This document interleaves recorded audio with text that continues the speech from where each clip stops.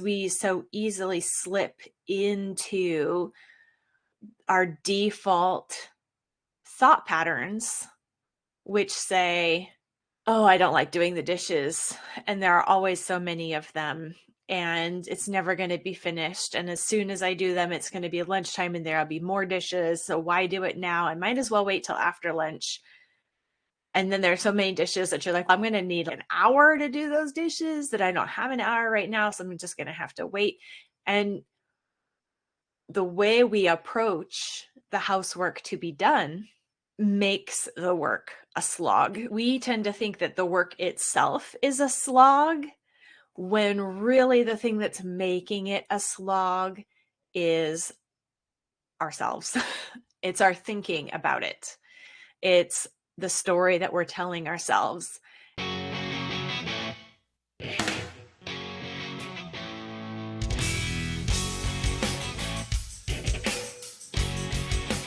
Hi, I'm Mystie Winckler of Simply Convivial, and I want to help you become a cheerful, competent, capable homemaker.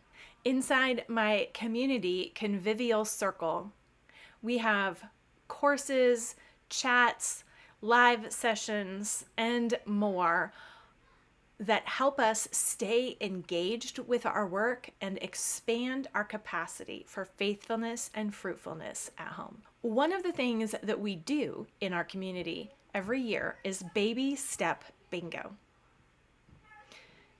Because we all need to notice how the little things add up and the little things matter. Sometimes we procrastinate and we put things off because we think we need a huge swath of time to make any progress, and it's not true. We can make meaningful progress in 5 or 10 minutes on most of our work at home. And that's not because it's mundane, tedious, and unimportant. It's actually because the work is so potent and meaningful that even a small bit makes a difference. When we have monthly challenges like this, I show up live and talk about an issue surrounding our topic every week. And as we prepare for Baby Step Bingo in August this year, I wanted to share a clip from last year's Baby Step Bingo. Last year's Baby Step Bingo challenge. This is just a bit of the half-hour session, but it's enough to bring you encouragement to make small steps of progress at home. And if you do, after listening to this episode, I would love to hear a comment or reply to email. Let me know what you're doing and what difference you have seen, and then share it with a friend. Because the more effective, engaged Christian moms there are in the world, the better. So grab a basket of laundry to fold and let's dig in. All right, so do you have your Baby Step Bingo card printed out? I should have grabbed mine. Baby Step Bingo for July is 24 very small tasks, the kind of tasks that you'd be tempted to discount and say, that's not going to make that much difference. That's not going to matter. I'll just put it off until I can do the whole thing. Who cares about one shelf? Or they are the kinds of tasks that actually do make a difference, but we procrastinate and we tell ourselves it's not going to make that big of a difference. So it's not going to even matter that I'm procrastinating. But really, a big part of what Baby Step Bingo is about is stopping the procrastination cycle, the procrastination rut, the habit really of procrastinating, and replace it with noticing a small step that you can take to actually make progress. So by making each of those small steps into a bingo card, it's shaking things up. It's doing something in a way that we're not used to. that makes it maybe a little bit more fun, a little bit more appealing, that gives a different kind of end goal, which is often what we really are looking for. We want the whole kitchen to be clean and then stay clean. So that's not going to happen.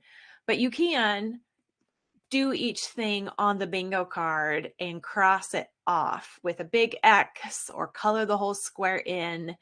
And that square stays X'd off or colored in or whatever. So there's at least that very small step that actually does make a difference.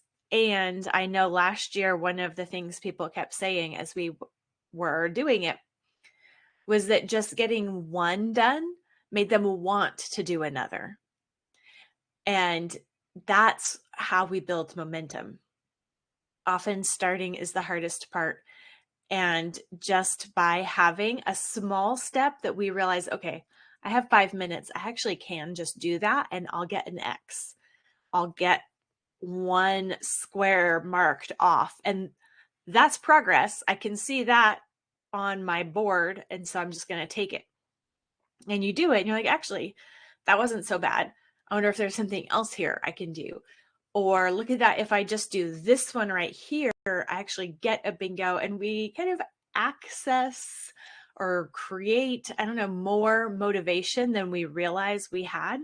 And it comes from reframing the situation. We're giving ourselves a different kind of story to tell about those routines because we so easily slip into our default thought patterns, which say, oh, I don't like doing the dishes. And there are always so many of them.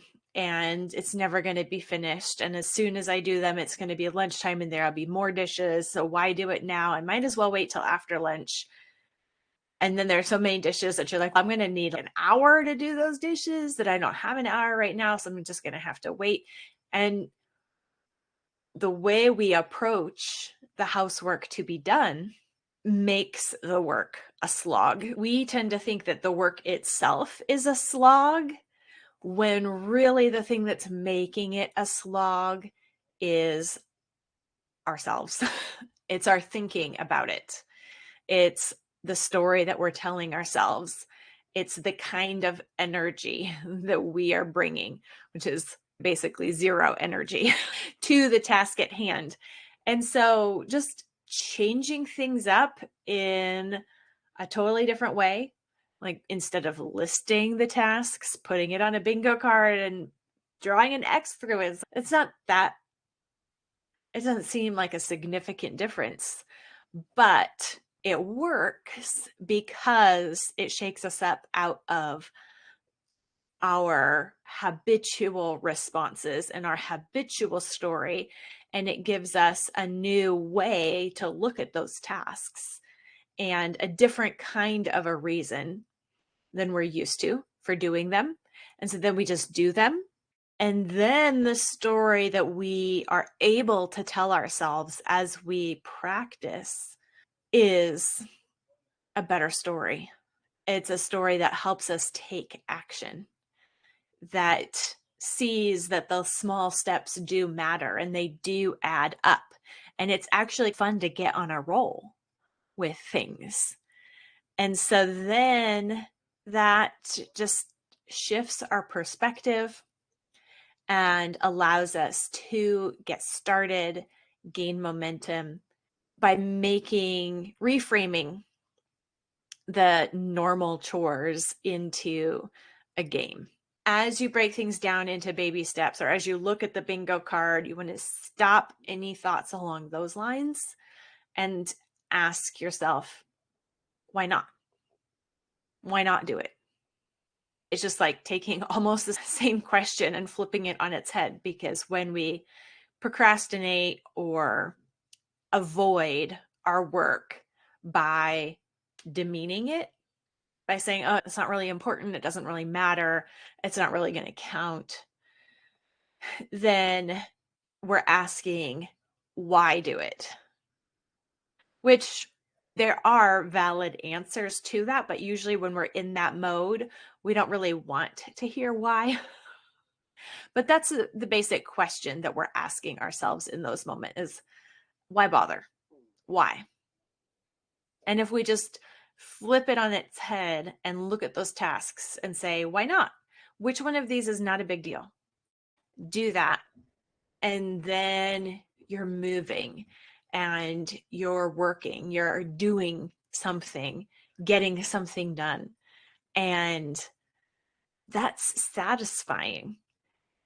And action will breed more action. And the hard part is just getting ourselves moving, getting started, finding the thing to do that will end our procrastination mode, end our excuses, and just where we can basically get over ourselves and just to do the work. We have to find the ways to break up our old patterns, our old habits, to make ourselves just do the work. There is a tendency in those of us who do the boom and bust cycle to get started and then say, I'm just going to do them all. And there's more long-term momentum and long-term change when you say, I'm going to do one and then move on to the other things for the day, or maybe one in the morning and one in the afternoon, and not even try to get on a roll, like to see how many you can do, because that's feeding the boom and bust cycle, the compulsion to finish. Instead of saying doing one is actually finishing, and I'm going to count that as finishing. I'm going to count just doing one 5-minute thing as enough, as sufficient. So then I can take care of the other things that I have to do today. And another time I'm going to come back and do another one. And stretching it out like that can actually help that practice of momentum build, where then we can draw on that pattern and work on it in other ways and continue it past the point where the bingo card is filled out and we've got our stickers in the mail. So yeah, there is a lot of value in just doing one task at a time. And then maybe still harness that momentum that you get from getting started and getting to cross a box off. And instead of taking that momentum and applying it towards another box, apply it toward whichever thing you've actually been procrastinating on this summer. Use the bingo card to get yourself started. And then when you're like, okay, I'm on a roll, it's really not finishing the bingo card. Probably that's going to make as big of a difference with your momentum as if you applied that momentum to cleaning out the fridge or washing the sheets or whichever tasks that might be a tiny bit bigger, but that you've been procrastinating on. And then it's like the engine's starting after it's turning the key, it's getting the engine revved up. And then after it's running, put that focus on one of those other projects. And then so much more gets done because the thing on the bingo card got done, right? Which was bonus. It's extra. Those are all things that probably weren't on your list already. And you're like, oh, it's more to do. But they're all small enough, yet significant enough to make a difference. Then we become the kind of people who just look around and make a difference. We can keep doing that. And so you have that forward motion that you can harness and apply elsewhere. And the other thing I love to see in the chat is which of the tasks on the card made a surprising difference to you. Are there any on the card that you look at them and you're like, no, I'm going to have to find some other way to make a bingo because I'm not doing that one. Like maybe you should try it. Notice when you want to avoid something and ask yourself, what's going on there? There you go. There is a blank card too. So Karen is going to make a blank one and have a low energy challenge. That's a great idea. You should share some of the ideas that you put on the card. And it's also okay to repeat things. So don't feel like every single square on the bingo card has to be different. Just separate them out so they aren't like all the same thing all in a row or anything, but you can reuse items if you need to. Another thing, people have used the blank bingo card to make cards for their kids, and everyone in the family's done a bingo card challenge. There are just a few ways, a few different options for doing the baby step bingo.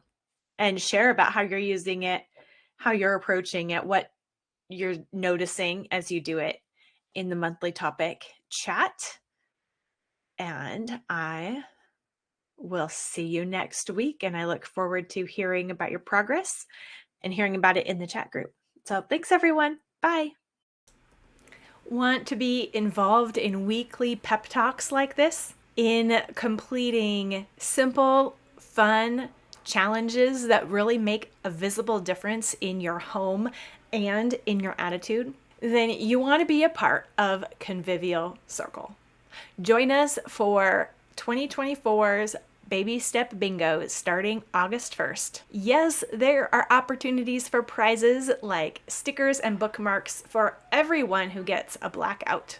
But there's also energy and momentum in the community as we share about our progress, about our wins, about what we're learning about baby steps, and noticing how much we really are getting done. A rising tide does lift all boats. So jump on in to Convivial Circle for the month of August. Try it out. And if your husband doesn't notice a difference, let us know and you can take advantage of our 30-day money-back guarantee.